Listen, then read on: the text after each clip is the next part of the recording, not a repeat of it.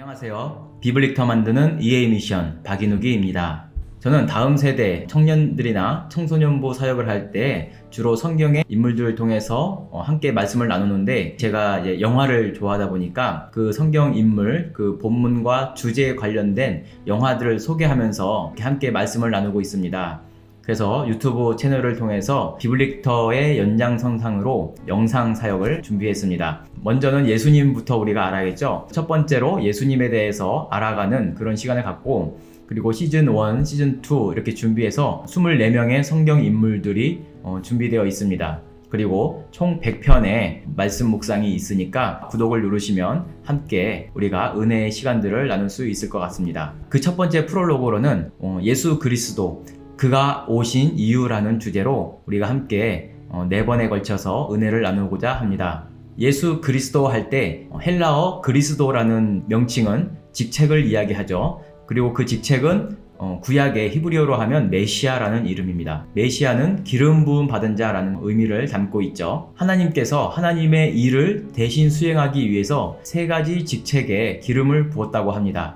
그 첫 번째는 먼저 왕에게 기름을 부었다고 하죠. 그래서 이스라엘의 왕은 왕의 자리에는 있지만 하나님의 대리 통치자를 의미하고 있습니다.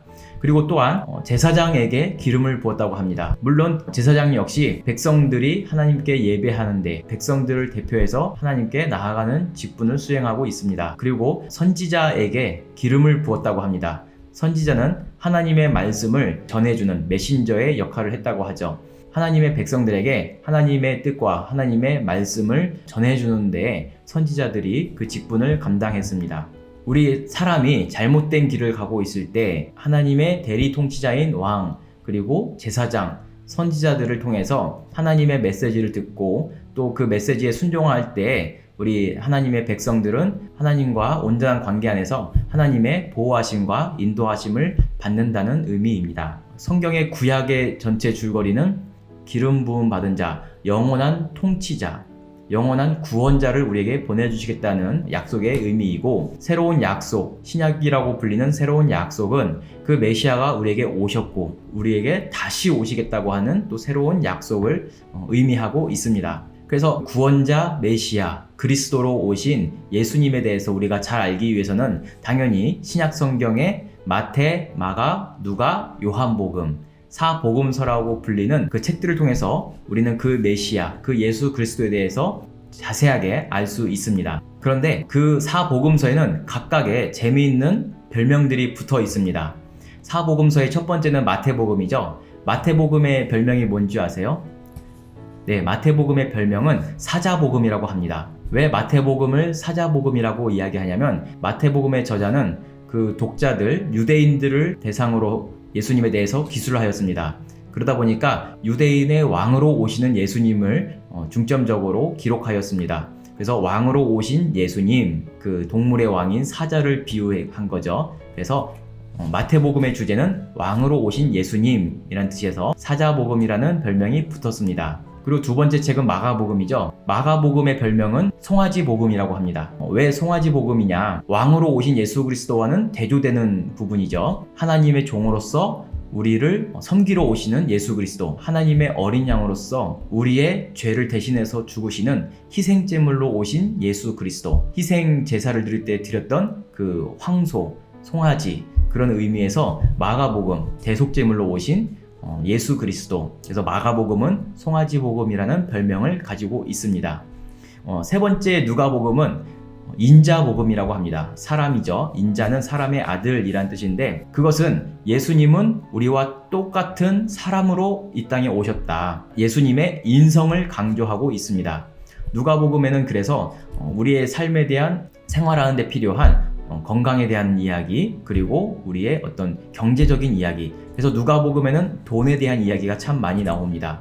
누가복음의 별명은 인자복음, 누가복음의 주제는 사람으로 오신 예수님의 인성을 강조하는 책이라고 할 수 있습니다. 그리고 또 그것과 반대되는 개념으로 네 번째 요한복음의 별명은 독수리복음이라고 합니다. 저 높은 하늘에서 저 먼 곳을 내려다보는 어떤 통찰력, 어떤 인사이트에 대한 이미지를 가지고 있죠. 그래서 요한복음은 하나님의 아들로 오신 예수 그리스도, 초월된 하나님의 신성을 이야기하신다. 그래서 굉장히 형이상학적인 어려운 말씀들도 많이 있고 예수님이 보여주셨던 기적에 대한 이야기들이 많이 있습니다. 그래서 이 사복음서 각각의 별명들처럼 왕으로 오셨지만 또 종으로 오신 예수님, 그리고 사람으로 오셨지만 또 하나님의 아들로 오신 예수님, 이 네 복음서를 우리가 입체적인 관점에서 주님을 볼 때 예수님에 대해서 바르게 알 수 있다는 것입니다. 자, 그래서 오늘은 첫 번째 마태복음이 기록하는 왕으로 오신 예수님에 대해서 우리가 함께 말씀을 나누도록 하겠습니다. 본문 말씀은 마태복음 2장 1절에서 8절입니다. 마태복음 2장 1절에서 8절입니다. 헤롯 왕 때 예수께서 유대 베들레헴에서 나심에 동방으로부터 박사들이 예루살렘에 이르러 말하되 유대인의 왕으로 나신 이가 어디 계시냐? 우리가 동방에서 그의 별을 보고 그에게 경배하러 왔노라 하니 헤롯 왕과 온 예루살렘이 듣고 소동한지라. 왕이 모든 대제사장과 백성의 서기관들을 모아 그리스도가 어디서 나겠느냐 물으니 이르되 유대 베들레헴 이오니 이는 선지자로 이렇게 기록된 바 또 유대 땅 베들레헴아 너는 유대 고을 중에서 가장 작지 아니하도다. 내게서 한 다스리는 자가 나와서 내 백성 이스라엘의 목자가 되리라 하였음이니이다. 이에 헤롯이 가만히 박사들을 불러 별이 나타난 때를 자세히 묻고 베들레헴으로 보내며 이르되 가서 아기에 대하여 자세히 알아보고 찾거든 내게 고하여 나도 가서 그에게 경배하게 하라. 아멘. 이렇게 오늘 본문 말씀은 예수님이 오셨던 그때를 기록하고 있습니다. 오늘 소개할 영화는 사자, 마녀, 그리고 옷장이라는 제목의 나니아 연대기라는 영화를 소개하겠습니다. 원래 이 영화의 원작은 작가 C.S. 루이스의 소설을 영화한 것입니다. C.S. 루이스는 기독교 세계관을 이해하는 데 좋은 영감을 우리에게 주고 있습니다. 이 영상을 보고 있는 분들도 C.S. 루이스에 대해서 또 그의 작품들에 대해서 관심을 가지고 한번 찾아보게 되면 C.S. 루이스가 말하는 기독교 세계관에 대해서 자세하게 알 수 있습니다. 영화의 내용은 이렇습니다. 2차 대전을 피해서 친척집에 찾아온 4명의 남매들이 있습니다. 이 4명의 남매들은 허름한 마법의 옷장을 통해서 환상의 나라 나니아로 들어가게 됩니다.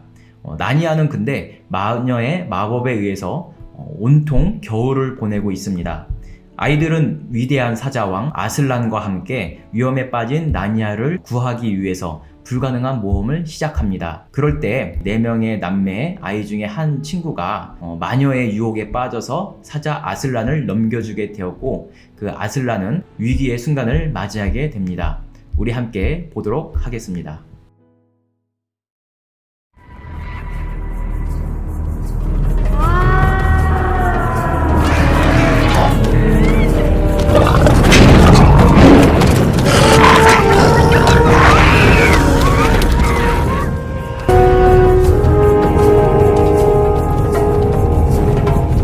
Behold, the great lion.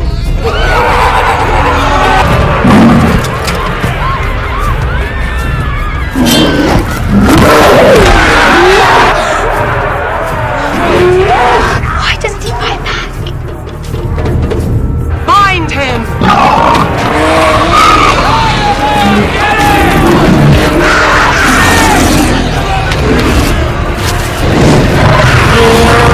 Wait! Let him first be shaved.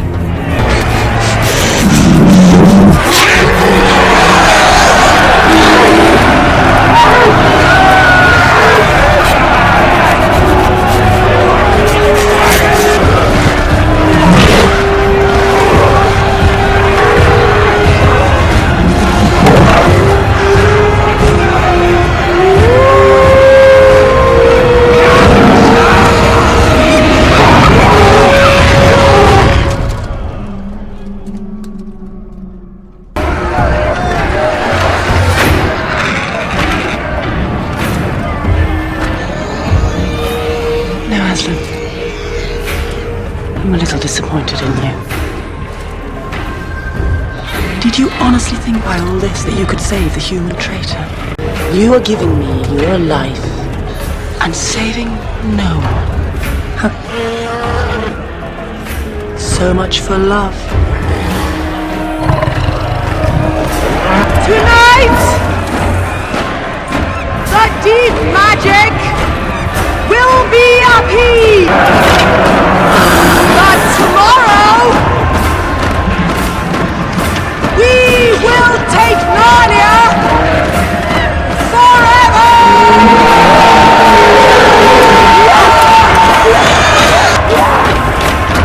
In that knowledge, despair,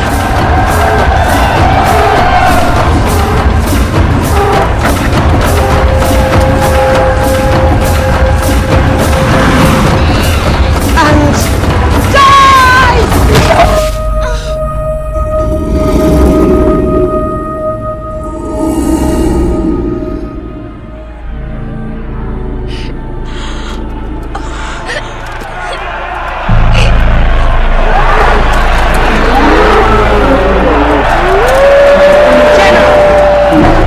Prepare your troops for battle.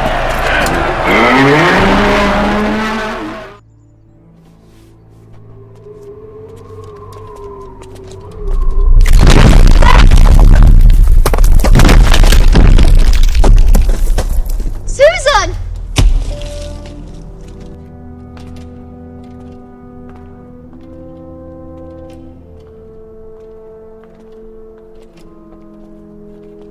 It's Aslan. What have they done?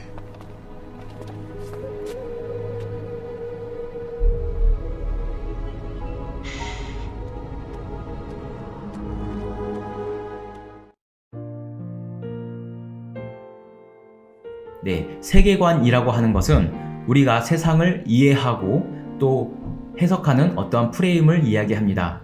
그것은 종교가 될 수도 있고 또 어떤 정치나 과학이나 어떤 윤리, 도덕과 같은 그런 것들을 말할 수 있습니다. 그 사람들이 어떤 세계관을 갖느냐에 따라서 그들의 살아가는 방식과 그들의 문화와 그들의 역사가 달라진다는 것입니다. 지금 우리가 살아가는 시대와 성경이 기록됐던 시대는 세계관이 다르다는 것입니다. 우리는 이 세계를 이해하는데 과학에 대한 연구와 근거를 가지고 이 세계를 해석하고 이해합니다. 그러나 성경이 기록됐던 시대에는 그런 과학이 또한 어떤 천문학이 발달되지 않아서 사람들은 신화의 세계를 살아가고 있었습니다. 세상에 일어나는 모든 만물의 이치를 신화적으로 바라본다는 뜻이죠. 그래서 고대의 세계에서는 각 종족마다, 국가마다, 사람들마다 저마다 자기들의 신들이 있었습니다. 그 신의 메시지를 받은 제사장이나 어떤 선견자, 어떤 점술가들의 그 신의 메시지에 따라서 나라의 운명과 또 각 개인의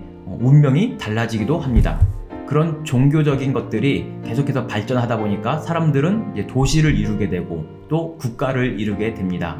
그 도시와 국가, 많은 사람들의 안정과 번영을 위해서는 누가 더 강한 신을 가지고 있느냐. 그래서 고대 세계에서의 왕은 신의 대리인이다. 신의 메시지를 가지고 신을 대신해서 사람들을 다스리는 그런 대표자라고 할 수 있습니다.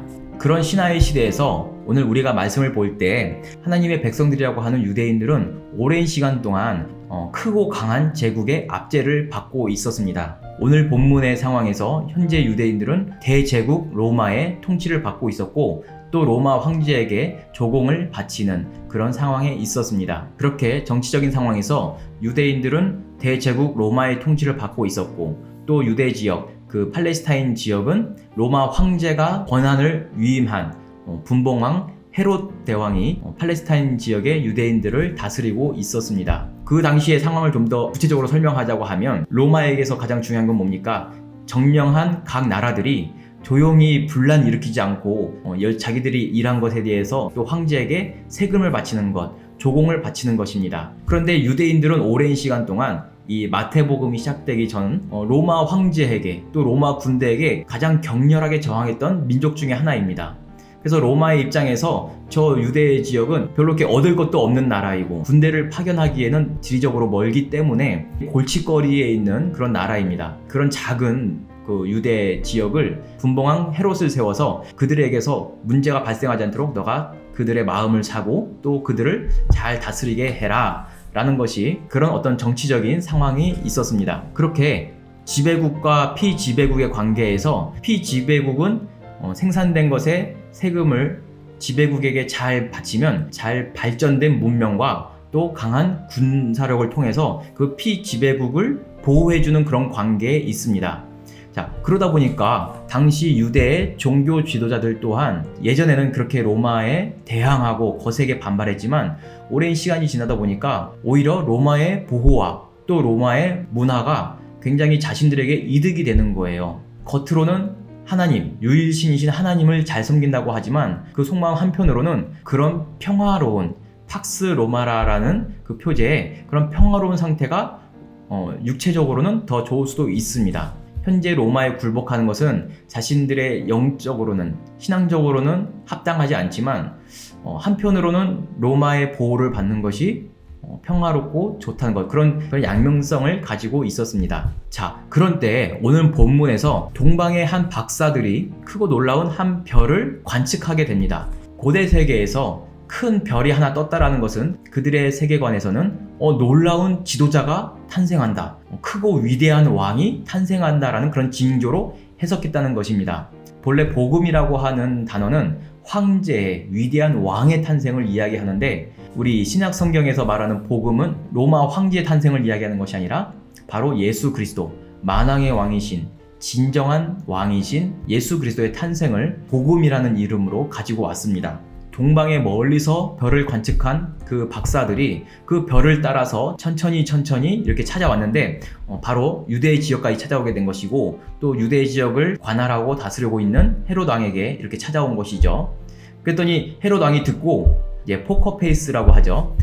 자신의 속마음을 감춘 채 이렇게 호기심 있는 것처럼 물어봅니다. 그럴 때 서기관과 제사장들은 구약의 말씀을 인용하는 것이죠. 선지자의 말씀들을 인용해서 메시아가 온다는 것을 왕에게 보고합니다. 그들은 정확히 알고 있었던 것이죠.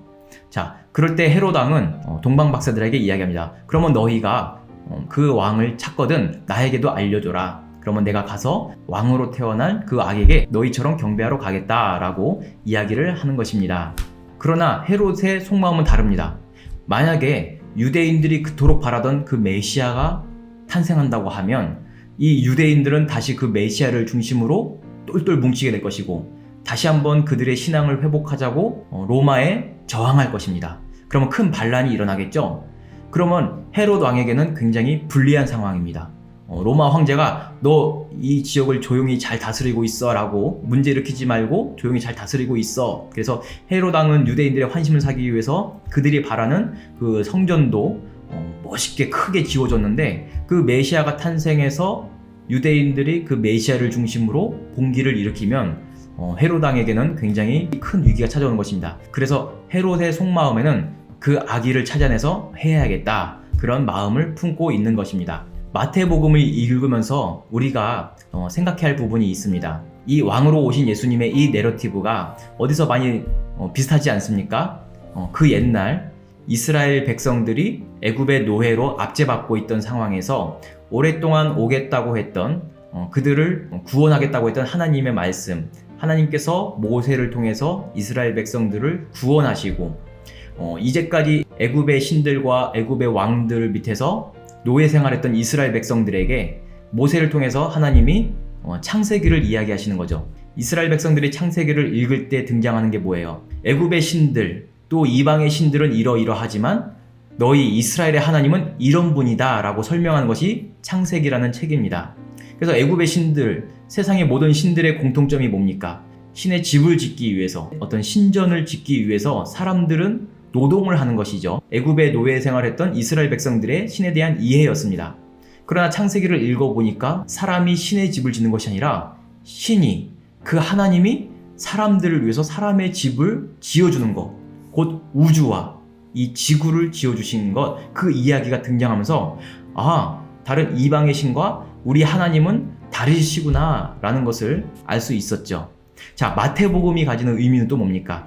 세상의 여러 왕들은 그 왕을 위해서 백성들이 존재하는 것이죠. 왕의 힘과 왕의 지위를 위해서 백성들이 일하고 싸우고, 그러나 마태복음에 등장하는 우리의 왕이신 예수 그리스도는 어떻습니까? 백성들을 위해서 왕이 싸우고 왕이 열심히 일을 하는 것입니다. 마태복음을 통해서 우리의 왕, 유대인의 왕으로 오시는 예수 그리스도는 저런 세상의 왕들과는 다르구나 라는 것을 우리가 알 수 있습니다. 이 예수님의 탄생 이야기는 실제 역사적인 사건입니다. 그것을 부정할 수 없습니다. 왜냐? 지금 여러분이 가진 동전 같은 거 하나 갖고 있으면 한번 보세요. 지금 2020년이라고 써 있습니다. 이 세계의 시간이 2020년이라고 가리키는 것은 누구를 중심으로? 바로 만왕의 왕이신, 영원한 왕이신, 온 세계와 인류를 다스리시는 예수님을 중심으로 BC와 AD, 현재 우리는 예수의 시대를 살고 있다는 것입니다. 오늘 말씀에서 예수님이 오신다는 그 소식을 들었을 때 사람들의 반응은 각자 달랐습니다. 먼저 서기관과 제사장들은 어땠습니까? 우리의 구원자시고 우리의 통치자이신 예수님이 오신다는 것을 알고는 있었지만 그들은 그냥 이제까지의 삶이, 또 세상이 주는 편안함이 더 좋았던 것, 그래서 알지만 그냥 모르는 채 하는 그런 반응을 보였습니다. 또한 헤롯의 반응은 어땠습니까? 나보다 더 위대하신, 또 로마의 황제보다 더 크신 이가 온다고 했는데 그저 자기가 이제까지 쌓아둔 지위를 지키기 위해서 예수를 거부하는 그런 반응을 보였습니다. 그러나 우리는 우리 안에 그 예수님의 말씀이 우리에게 임하셨을 때, 또 예수님의 그 복된 소식이 우리에게 임했을 때 우리는 그런 세상적인 것 혹은 내 자존심이나 내가 이제까지 쌓아왔던 것들 다 내려놓고 동방박사와 같이 그 예수님이 왜 나에게 오셨을까? 왜 나에게 찾아오셨을까? 라는 것을 깊이 생각하면서 그 주님께 귀 기울이는 우리가 되기를 바랍니다.